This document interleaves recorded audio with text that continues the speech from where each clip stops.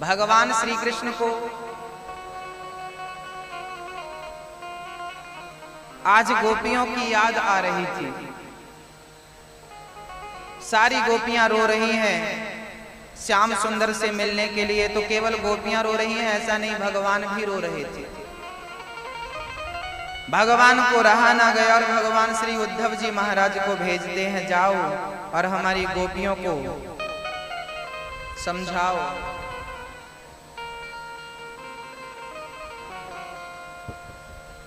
जितना भक्त रोता है ना उतना ही भगवान रोता है।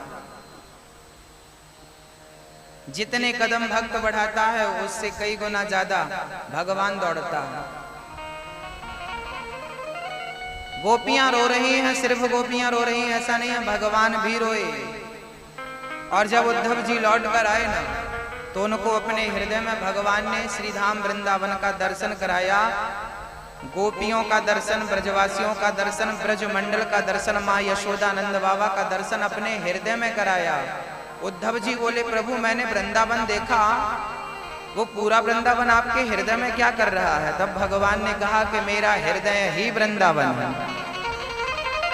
मेरा हृदय ही वृंदावन।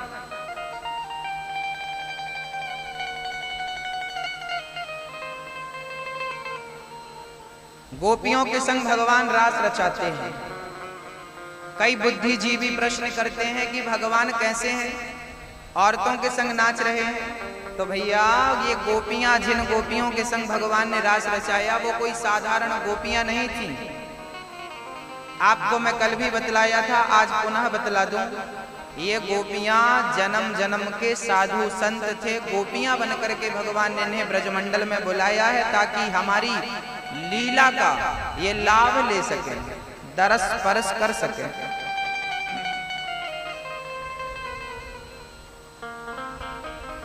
बड़ी प्रसन्नता है गोपियों को। बड़े बड़े साधु संत करोड़ों जन्म तक तपस्या करते हैं तब उन्हें कहीं गोपी बनने का सौभाग्य मिलता है। गोपियों ने अपनी सारी इंद्रियों को सुखा दिया, कोई कामना नहीं रह गई है। एक होता है अंगूर जिसके अंदर होता है रस, एक होती है किशमिश। अंगूर का पानी जब सूख जाता है तो वो क्या बन जाती है? किशमिश।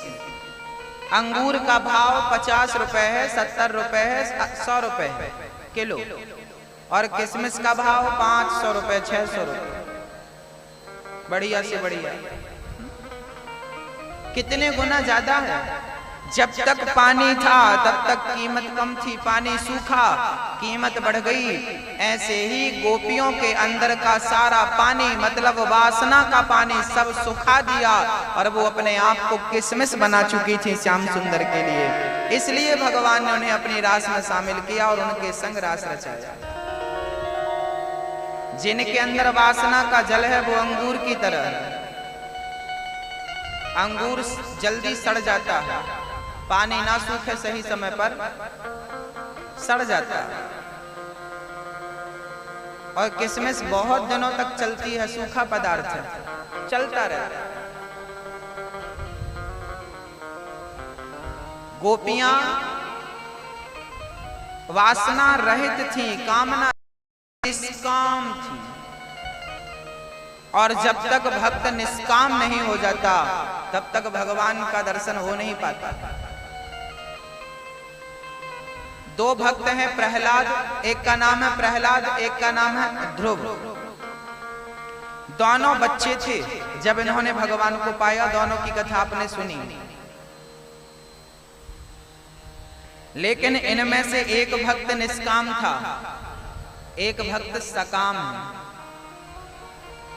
जो ध्रुव जी थे ना, ध्रुव के अंदर कामना थी कि मेरी माँ ने गोद में नहीं बिठाया, पिता की गोद में नहीं बैठने दिया। माँ ने कहा जाकर तपस्या कर, जाकर तपस्या करूं। उनके अंदर राज्य पाने की छोटी सी इच्छा थी कि मैं भी राजा होता। राज्य की अभिलाषा से उन्होंने इच्छा से तपस्या करी तो भगवान ने 36,000 वर्षों का राज्य दिया। शंख का स्पर्श गाल में कराया, जाओ। और प्रहलाद को देखना, प्रहलाद हिरण्यकश्यपु के पुत्र थे। प्रहलाद के अंदर, प्रहलाद का पिता राजा था, ऑलरेडी वो सब कुछ था। प्रहलाद निष्काम थे, कोई कामना नहीं, ऐसी भक्ति करते थे। इसलिए जब नरसिंह भगवान प्रकट भये तो प्रहलाद को अपनी गोद में बिठाला।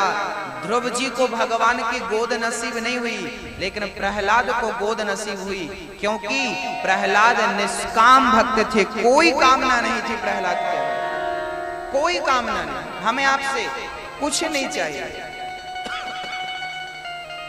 हम सीताराम सीताराम सीताराम सीताराम सीताराम जपते हैं। कोई ने पूछा कि आप क्यों जपते हो, क्या चाहते हो आप भगवान से? हमने कहा कुछ नहीं चाहते, हमें तो इस नाम को जपने में आनंद की अनुभूति होती है, बस अच्छा लगता है, जपते हैं, प्रेम है। जरूरी नहीं है कि हम जिससे प्रेम करें उससे कोई अपेक्षाएं रखें, चाह रखें, आवश्यक नहीं है।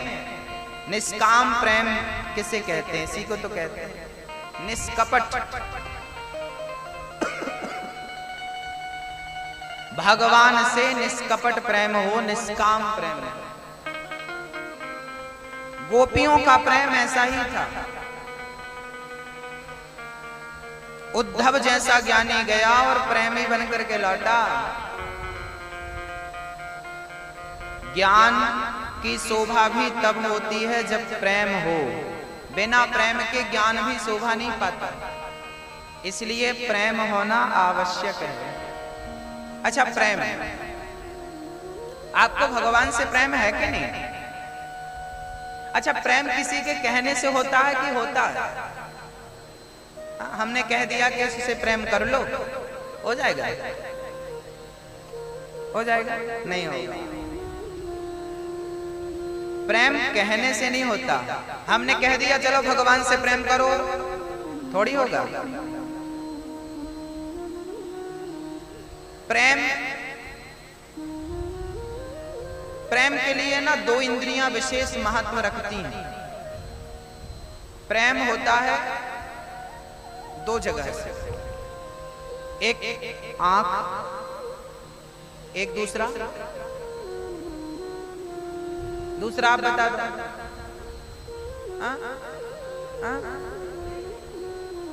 दूसरा कान,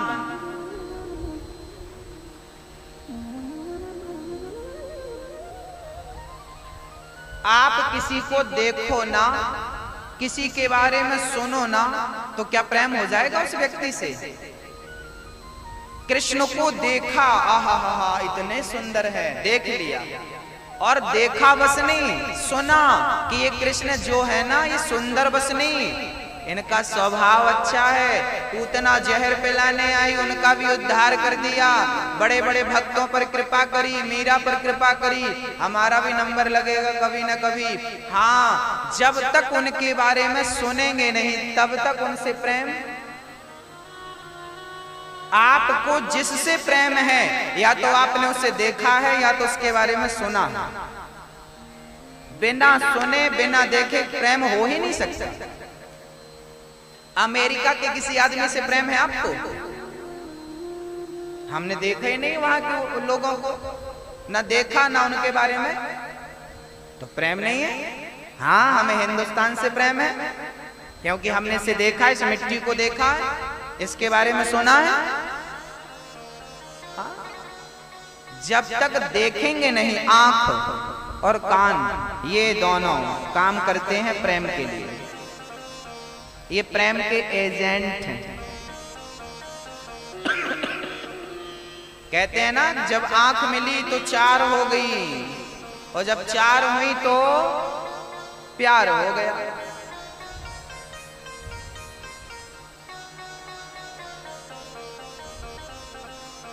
इसलिए कहा करते हैं कि आंखों से सबको मत देखा करो, क्योंकि किसी गलत व्यक्ति को देख लिया और उससे प्रेम हो गया तो, इसलिए जब देखो तो श्याम सुंदर को देखो, प्रेम हो तो तुमसे ही और किसी से हो ही ना। सुनना है ना तो ऐरे गहरे नत्थु खैरे के बारे में मत सुना करो, सुनना है तो द्वारिका धीश के बारे में सुना करो, बांके बिहारी के बारे में, राधा रानी के बारे में सुना करो। प्रेम हो तो मेरी राधा रानी से हो, श्याम सुंदर से हो। ना किसी को देखना, ना किसी के बारे में सुनना। मीरा कहती है,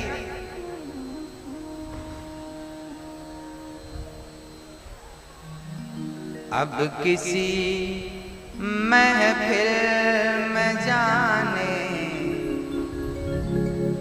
कि हमें फुर्सत नहीं, अब किसी महफिल में जाने कि हमें फुर्सत नहीं। ये जो आँखें हैं हमारी,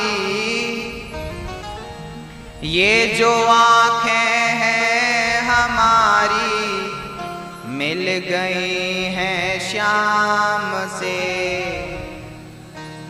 अब कहीं आँखें मिलाने के हमें फुर्सत नहीं। अब हम आंखें कहाँ ले जाएं, किससे मिलाएं, क्या करें। एक था दिल मिल गया वो श्याम से, एक था। अच्छा, आपके पास दिल कितने हैं? एक। तो आपने किसे दे रखा है? किसको बिठा रखा है इस दिल में? परिवार को बिठाया होगा तो वो जहां बैठते हैं सब गंदा कर देते हैं। पत्नी को बिठाया होगा, पति को बिठाया हो, बच्चों को बिठाया हो, सब गंदा बंदा करके चले जाते हैं। इसलिए ना इन लोगों को ना यहाँ नहीं बिठाया करो। देख लिया, मिल लिया, ठीक है, बाहर रहो। इन सबको ना बाहर रहने दो, अंदर केवल श्याम सुंदर को ले जाओ।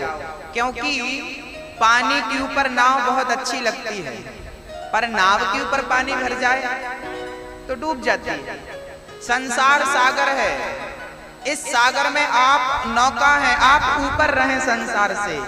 कहीं ये संसार आपके भीतर ना घुस जाए। यदि एक बार अंदर ये संसार आ गया तो आपकी नैया डूब जाएगी। इसलिए अंदर संसार ना आए, आए तो केवल श्याम सुंदर आए।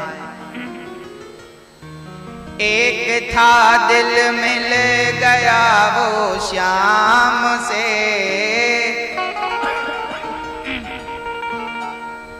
एक था दिल मिल गया वो श्याम से।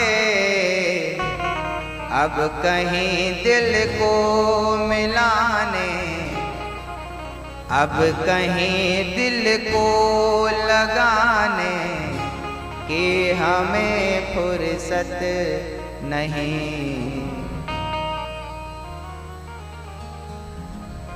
बेवफा दुनिया ये हमसे, बेवफा दुनिया ये हमसे पूछती, बेवफा दुनिया ये हमसे पूछती। अब किसी को कुछ बताने की हमें फुर्सत नहीं। अब किसे हम क्या बताएं, क्या क्या कहें, इसलिए चुप रहो।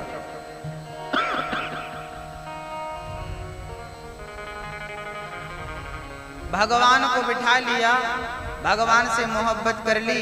अब जमाने से मोहब्बत क्यों करें, हम कर लिए, हो गया। प्यार एक ही बार होता है, दो चार बार होता है क्या? नहीं होता। और एक बार जिससे प्रेम होना था उसी से हो गया बढ़िया वाला ना, तो फिर दूसरे की जरूरत नहीं पड़ती।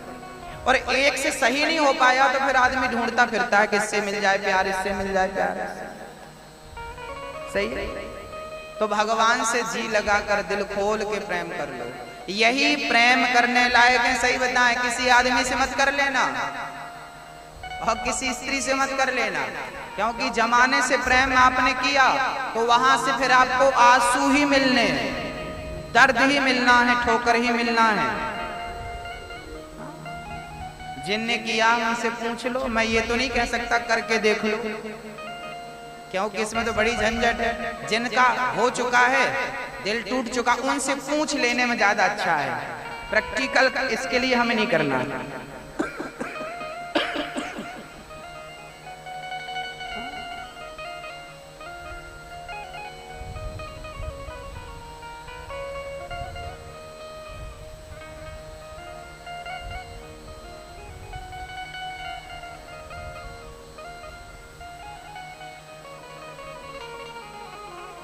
गोपियां बहुत प्रेम करती हैं।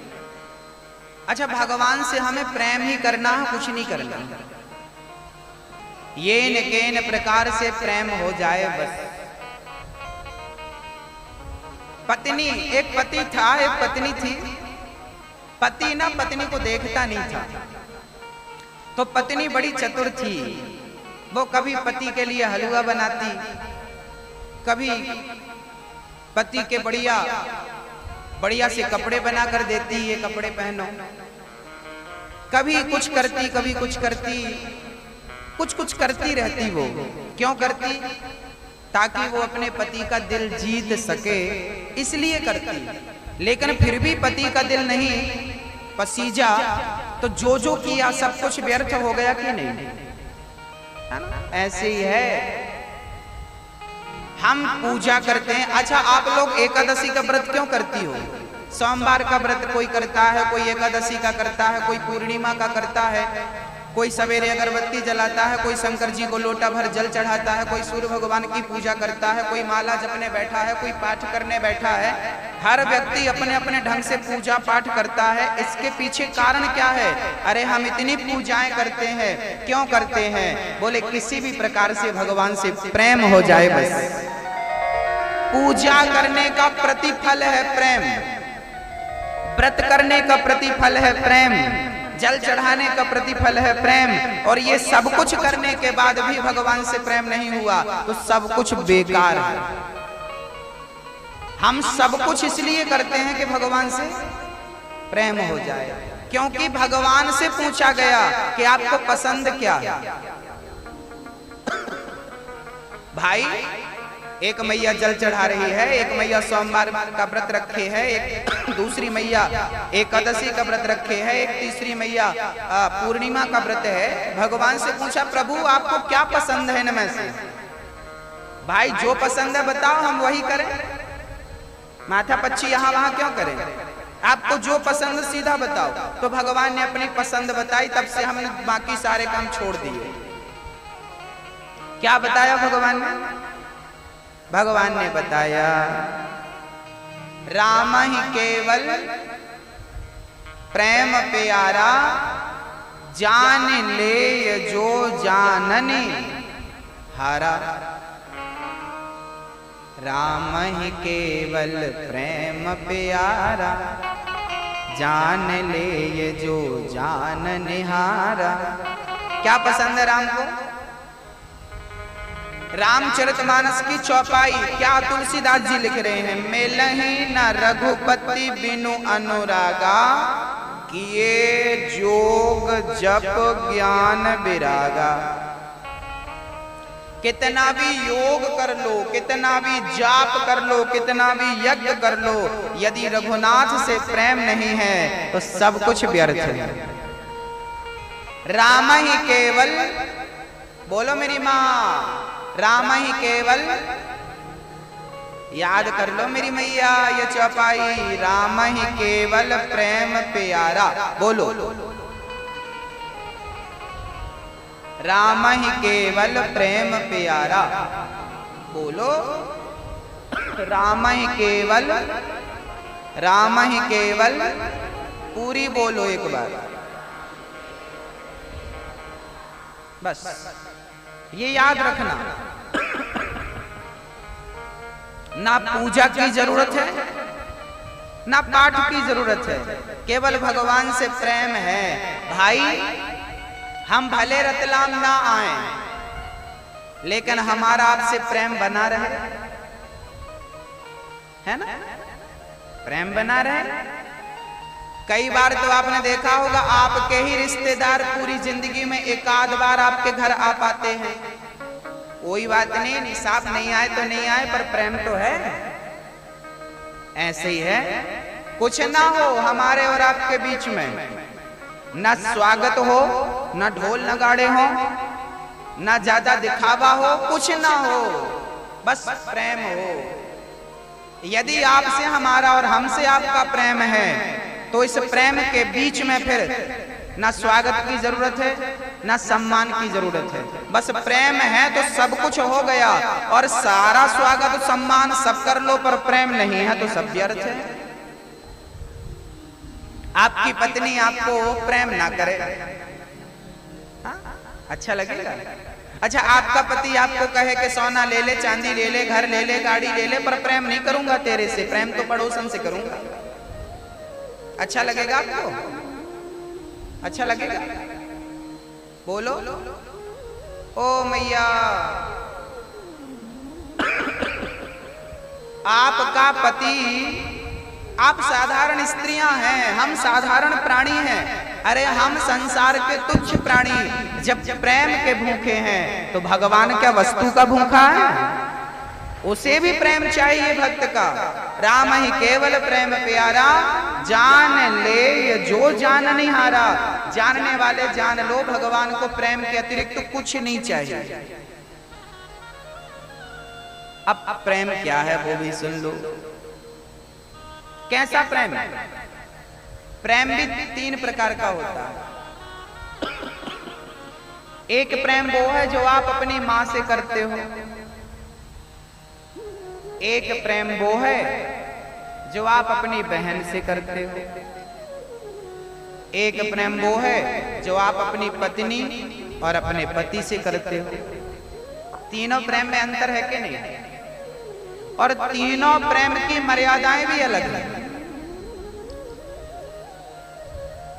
अच्छा, इन तीनों प्रेम में सबसे 1 नंबर का बिना मिलावट का प्रेम कौन सा? कौन सा वाला? मां बेटे का।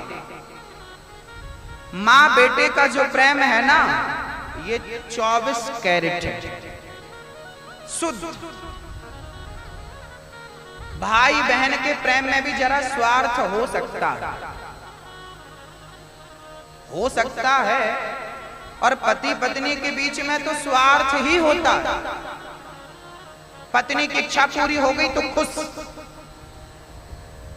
साड़ी दिला दो, हार बनवा दो, बढ़िया उसे घुमा दो, खुश, और नहीं तो मुंह बना रहे।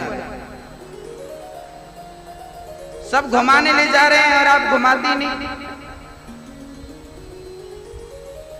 और ये पति भी कम स्वार्थी थोड़ी है, ये भी पत्नी से अपनी इच्छाएं पूरी करता है। इच्छाएं पूरी हो गई तो खुश, नहीं हुई दुखी परेशान, झगड़ा करता है, पत्नी को मारता है, प्रताड़ित करता है। पति पत्नी के बीच में प्रेम की मात्रा कम होती है और इच्छाओं की अधिकता होती है। वो इससे इच्छाएं रखती है, वो उससे इच्छाएं रखता है ना? तो ये प्रेम तो 50% भी नहीं है। उत्तम कोटि का प्रेम है मां और बेटे का। जैसे एक मां अपने बेटे से प्रेम करती है और बेटे से प्रेम करती है, कुछ लेना नहीं चाहती, बस बेटे को देना चाहती है, बेटे को खुश रखना चाहती है, मेरा बेटा जहां रहे खुश रहे। बस जैसे एक मां अपने बेटे से प्रेम करती है, ऐसा ही जिस दिन एक भक्त अपने भगवान से प्रेम करने लगेगा, उस दिन भगवान को बुलाकर खड़ा कर लेगा। कुछ मत करना, ना पूजा, ना यज्ञ, ना जाप, ना कुछ, ना कुछ। नरसिंह जी ने क्या किया? प्रेम ही तो किया था। प्रेम में बड़ी ताकत होती है, वो तो बहुत ताकत, बहुत पावरफुल होता है प्रेम, बहुत पावर होता है प्रेम में। इसलिए प्रेम करना सीखो। अच्छा एक बात बताओ, जिस माँ का बेटा परदेश चला गया पढ़ने के लिए या जॉब करने के लिए, तो क्या उस माँ को अपने बेटे को याद करने के लिए माला जपनी पड़ती है? माँ बेटे के नाम की माला जप रही है, बेटा बेटा बेटा बेटा, तो बेटा याद आएगा क्या? माला ना जपे तो भी कौन आता है याद? माँ का बेटा परदेश चला गया, अब माँ दिन रात बेटे को याद कर रही है, बेटा खाया होगा कि नहीं, बेटा सोया होगा कि नहीं, बेटा नहाया होगा कि नहीं, बेटा अच्छे से रहा होगा कि नहीं, कोई नाश्ता दिया होगा कि नहीं, कोई चाय दिया होगा कि नहीं। जैसे ही माँ जागती है बेटे का याद, बेटे का स्मरण करती है। माँ चाय पी है तो बेटे की याद आए, माँ रोटी खाए तो बेटे की याद आए, माँ सो रही है तो बेटे की याद आए। जैसे माँ बेटे को याद करने के लिए माला नहीं जपती फिर भी बेटा याद आता है, ऐसे भगवान को याद करने के लिए माला ना लेना पड़े फिर भी भगवान याद आए, इसका नाम है उच्च कोटि की भक्ति। माँ के सामने बेटे का चित्र होता है तो माँ याद करती है बेटे को, नहीं होता तो नहीं करती। ऐसा है क्या? ऐसा है? बच्चे का चित्र हो या ना हो माँ अपने पुत्र को याद करती है, ऐसे ही भगवान का चित्र हो या ना हो फिर भी भगवान याद बने रहे, याद में बने रहे, स्मरण बना रहे, दिल में बने रहे, वही तो भक्ति है। जब भगवान का चित्र दिखे तब भगवान याद आए, ये उच्च कोटि की भक्ति नहीं है। हम लोग क्या करते हैं, जैसे ही मंदिर दिखा पौ पौ हॉर्न बजा देते हैं, मानो ये लोग डर जाते हैं, पौ पौ ना की और एक्सीडेंट हो गया तो इसलिए कर दो पौ पौ। ये तो डरा हुआ आदमी है। भगवान से ना डरने की जरूरत नहीं है। डरना है तो अपने काले कारनामों से डरो, अपने गलत कर्मों से डरो। भगवान से क्या डरना? भगवान तो माई बाप है, कोई बाप से डरता है? छोटा सा बच्चा तो बाप की दाढ़ी पकड़ के घुमाता है, दाढ़ी में लटक जाता है।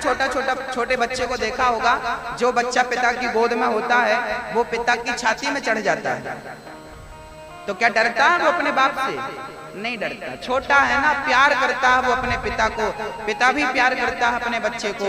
अरे भगवान से प्यार करो, वो भी हमसे प्यार करेंगे। डरना किससे है? बोले गलत काम से डरो। हम लोग ना भगवान से डरते हैं। झूठ मत बोलना, कपट मत करना, किसी का दिल मत दुखाना। भगवान से क्या डरना? भगवान प्यार के लिए होता है, भगवान डर के लिए नहीं होता। प्यार करो भगवान से, वो हमारा पिता है, वो हमारी माँ है। बच्चे अपनी माँ से डरते हैं क्या?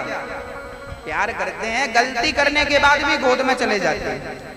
और एक बात याद रखना, कितना भी बड़ा गलत काम, कितनी भी बड़ी गलती कर दे बेटा, और एक बार यदि कान पकड़ के माँ बाप के सामने खड़ा होकर क्षमा मांग ले तो कितना भी बड़ा अपराधी होगा, माँ उसे क्षमा कर देगी, पिता उसे क्षमा कर देगा। बस एक बार आप समर्पण भाव से कान पकड़कर भगवान से कहो तो सही कि हमसे गलती हो गई है प्रभु, क्षमा करो, और दोबारा वो गलती ना करो। देखो भगवान क्षमा करते हैं कि नहीं। वो इन माँ बाप से। अच्छा, आपकी माँ दयालु है कि नहीं?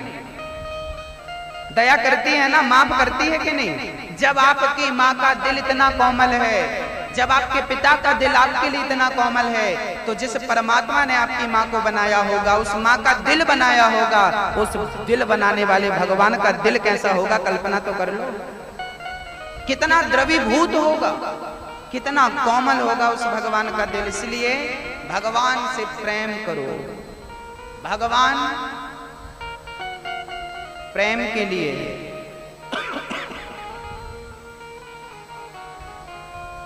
है ना।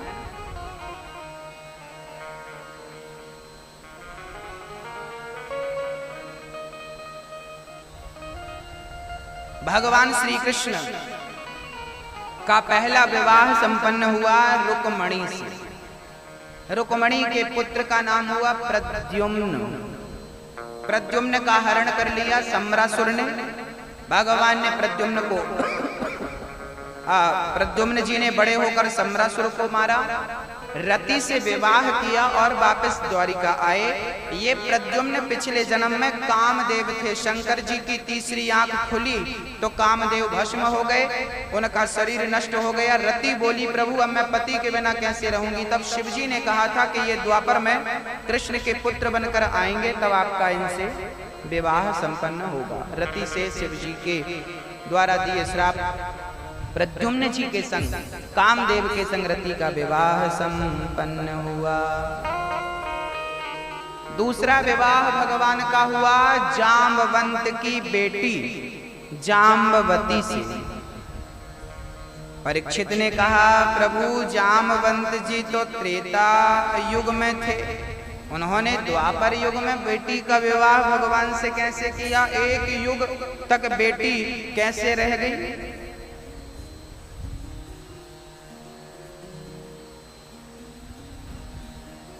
जबकि द्वापर के त्रेता के अंत में राम जी आए। त्रेता का जब राम जी गए तो त्रेता युग के बाद द्वापर युग चालू हो गया और पूरा द्वापर युग बीत जाने के बाद अंत में भगवान कृष्ण आए और जैसे ही कृष्ण गए वैसे ही कलयुग आ गया। अब जब कलयुग बीत जाएगा पूरा तब अंत में कल्कि भगवान आएंगे। कलयुग की आयु है 4,32,000 वर्ष। ये कलयुग की आयु। अरे मैया जी हमारी इंदौरमा से आई हैं, स्वागत है आपका,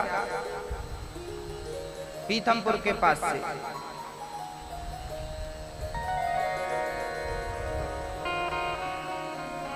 भगवान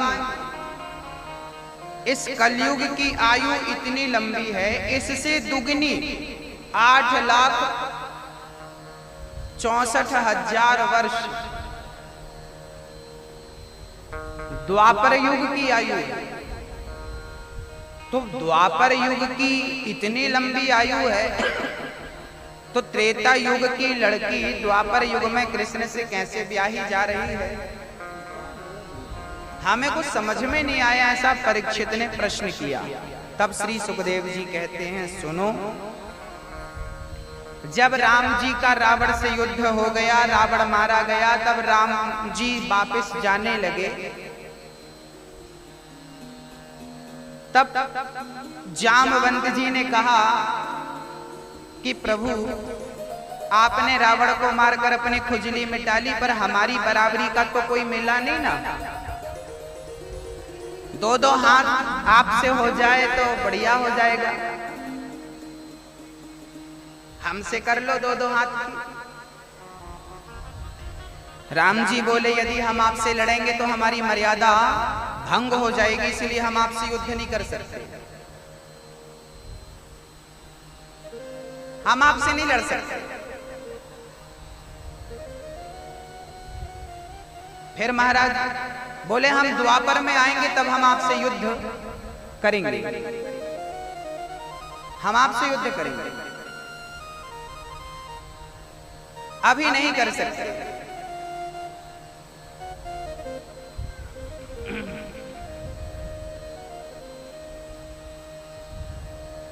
लो भैया, जामवंत जी बोले तो एक काम करो, हमारी बेटी से ब्याह कर लो।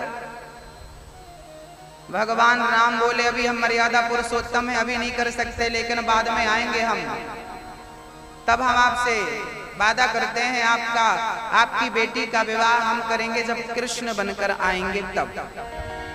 ठीक। जामवंत जी बोले तब तक तो हमारी बिटिया बुढ़ी हो जाएगी, मर जाएगी। बोले ना, तुम बाप बेटे पर आज के बाद काल का कोई प्रभाव नहीं पड़ेगा, राम जी ने ऐसा कह दिया, इसलिए वो ज्यों के त्यों थे। एक दिन क्या हुआ, सूर्य भगवान का एक भक्त था, नाम था सत्राजित। ये द्वारिका की घटना है। तो सूर्य भगवान का भक्त ना सूर्य भगवान को प्रकट किया और उनसे कहा कि प्रभु हमें धन की कमी है, जरा धन दे दो। तो वो धन के लिए याचना करते हैं। सूर्य भगवान ने अपनी मणि उतारी और वो दे दी। वो मणि इतनी प्रभावशाली थी कि 100 किलो सोना रोज देती थी, 8 भार सोना रोज देती थी।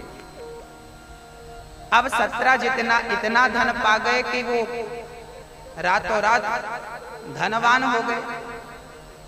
एक दिन 17 जी मणि पहन करके भगवान की स्वधर्मा नाम की सभा में गए। सब खड़े होकर स्वागत करने लगे, सूर्य भगवान आ गए, सूर्य भगवान आ गए। भगवान बोले सूर्य भगवान नहीं है, 17 जी। भगवान ने 17 जी से कहा आपके पास इतनी महंगी मणि है, आप क्या करेंगे? आप ये मणि हमें दे दें ताकि प्रजा का उत्थान हो, प्रजा का कल्याण हो। नहीं दिया। 17 जी चले गए, मणि नहीं दी। उनके भाई प्रसेन ने वो मणि पहनी और शिकार खेलने जंगल गया। शिकार खेलने गया तो उनका ही शिकार हो गया, शेर ने उन्हें मार डाला और मणि लेकर भागे तो जामवंत जी ने देखा शेर के हाथ मणि लगी है। उन्होंने शेर को मारा और जामवंत जी ने मणि लेकर अपनी बेटी को मणि दे दी। अब भगवान श्री कृष्ण को ना झूठा कलंक लगाया 17 ने। हमारे भाई को मारकर लगता है कृष्ण ने मणि चुरा ली, क्योंकि हमारा भाई जंगल गया था, अभी तक लौटा नहीं। कृष्ण ने मार दिया होगा और मणि चुरा ली। झूठा कलंक लगा, क्योंकि भगवान कृष्ण ने गणेश चतुर्थी के चंद्रमा को देखा था, और जो गणेश चतुर्थी के चंद्रमा को देखता है उसे झूठा कलंक लगता है। गणेश जी रखे गए ना, आज अनंत चतुर्दशी है, आज है कि नहीं है? हाँ, भैया ने ऐसे ऐसे किया तो हमें लगा पता नहीं कब होएगी, अब होएगी भी कि नहीं।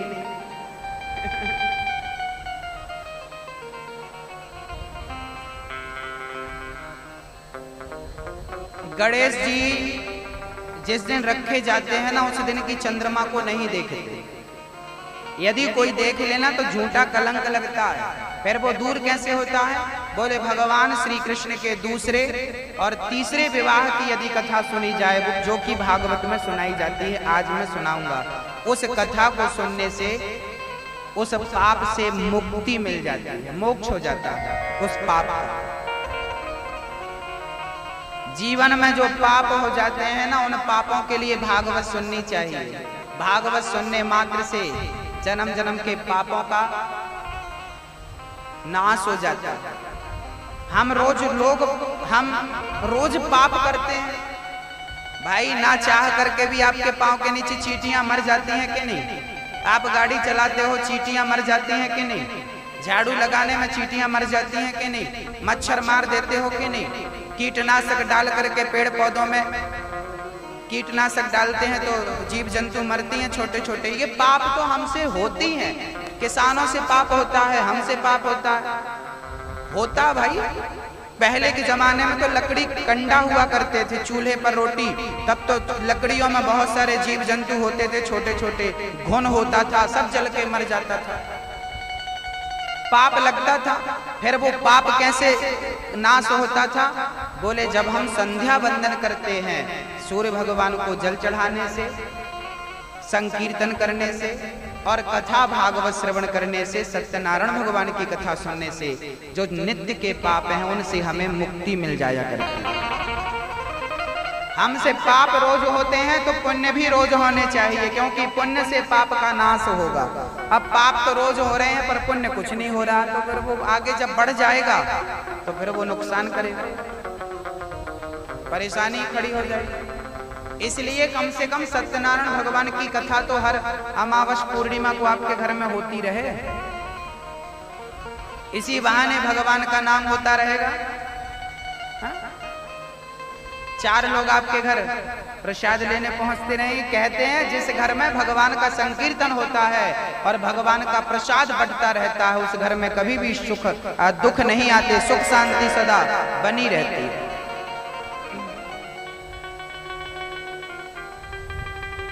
भजन वजन लोग करते नहीं, परेशान रहते हैं। और बुढ़ापा आया तो डर के कारण चालू। हम तो कहा करते हैं कि भगवान का भजन बुढ़ापे में नहीं, जवानी में होना चाहिए। लड़कपन में होना चाहिए। अभी हम वृंदावन गए, इतनी भीड़, एक मैया फंस गई चक्कर में। भीड़ उनको इस तरफ ले जाए तो उस तरफ ले जाए। हमने कहा मैया क्या करने आई हो? बोले बिहारी जी के दर्शन करने।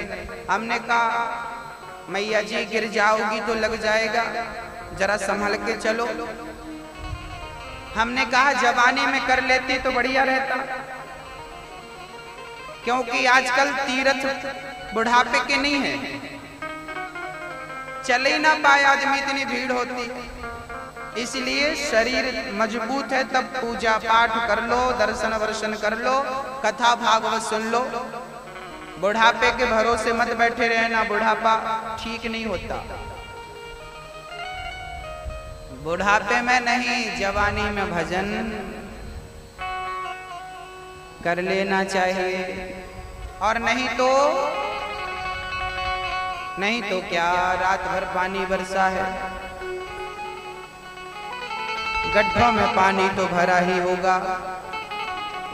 भजन करो तो बढ़िया है, नहीं तो पानी गली गली मिल जाएगा। बरसात चल रही है, आपको करना कुछ नहीं है, गड्ढे के पानी में मुंह डुबा देना है। तू डूब के मर जा रे, चुल्लू भर पानी में, ना राम नाम लीन हो, ना कृष्ण नाम लीन हो। तूने भरी जवानी में, राम का नाम जवानी में ले लो, कृष्ण का नाम जवानी में गा लो, और नहीं तो हाथ उठा के प्रेम से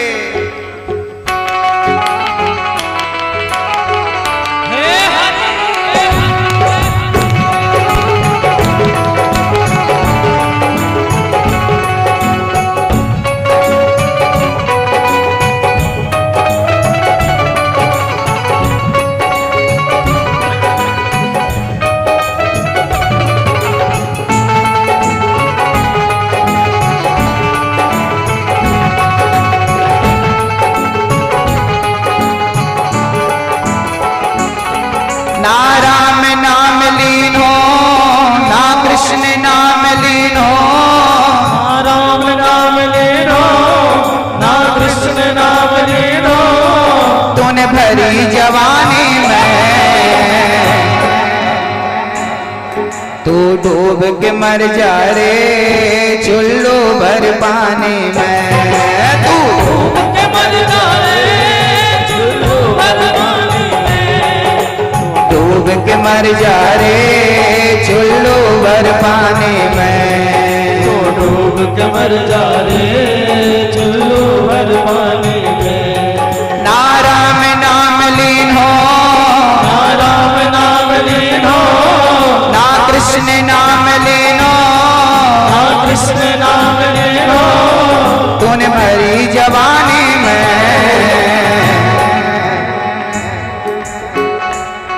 तू डूब के मर जा रे, चुल्लू भर पानी में। डूब के मर जा रे, चुल्लू भर पानी में। तू डूब के मर जा रे, चुल्लू भर पानी में। तू डूब के मर जा रे, चुल्लू भर पानी में।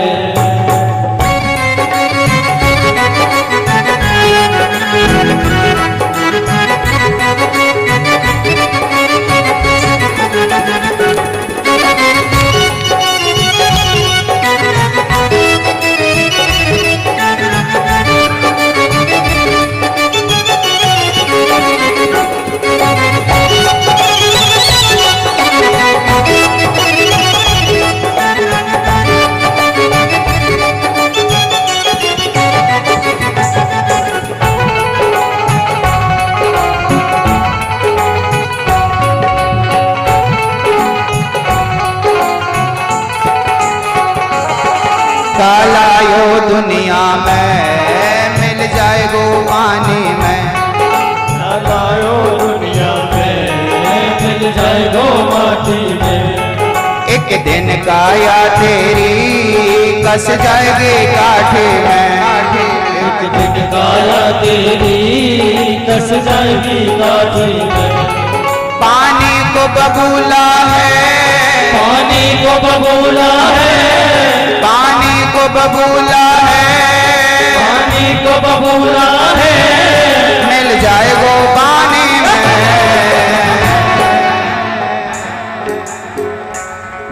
तू डूब के मर जा रे चुल्लू भर पानी में। तू डूब के मर जा रे चुल्लू भर पानी में। तू डूब के मर जा रे चुल्लू भर पानी में।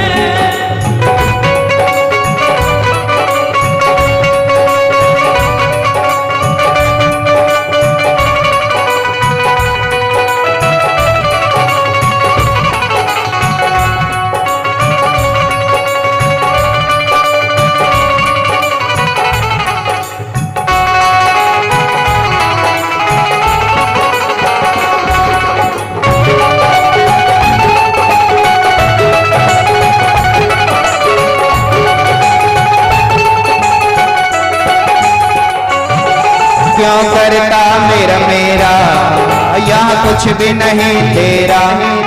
क्यों डरता मेरा मेरा यहाँ कुछ भी नहीं तेरा। एक दिन होगा भैया तेरा मरघट में डेरा। एक दिन होगा भैया तेरा मरघट में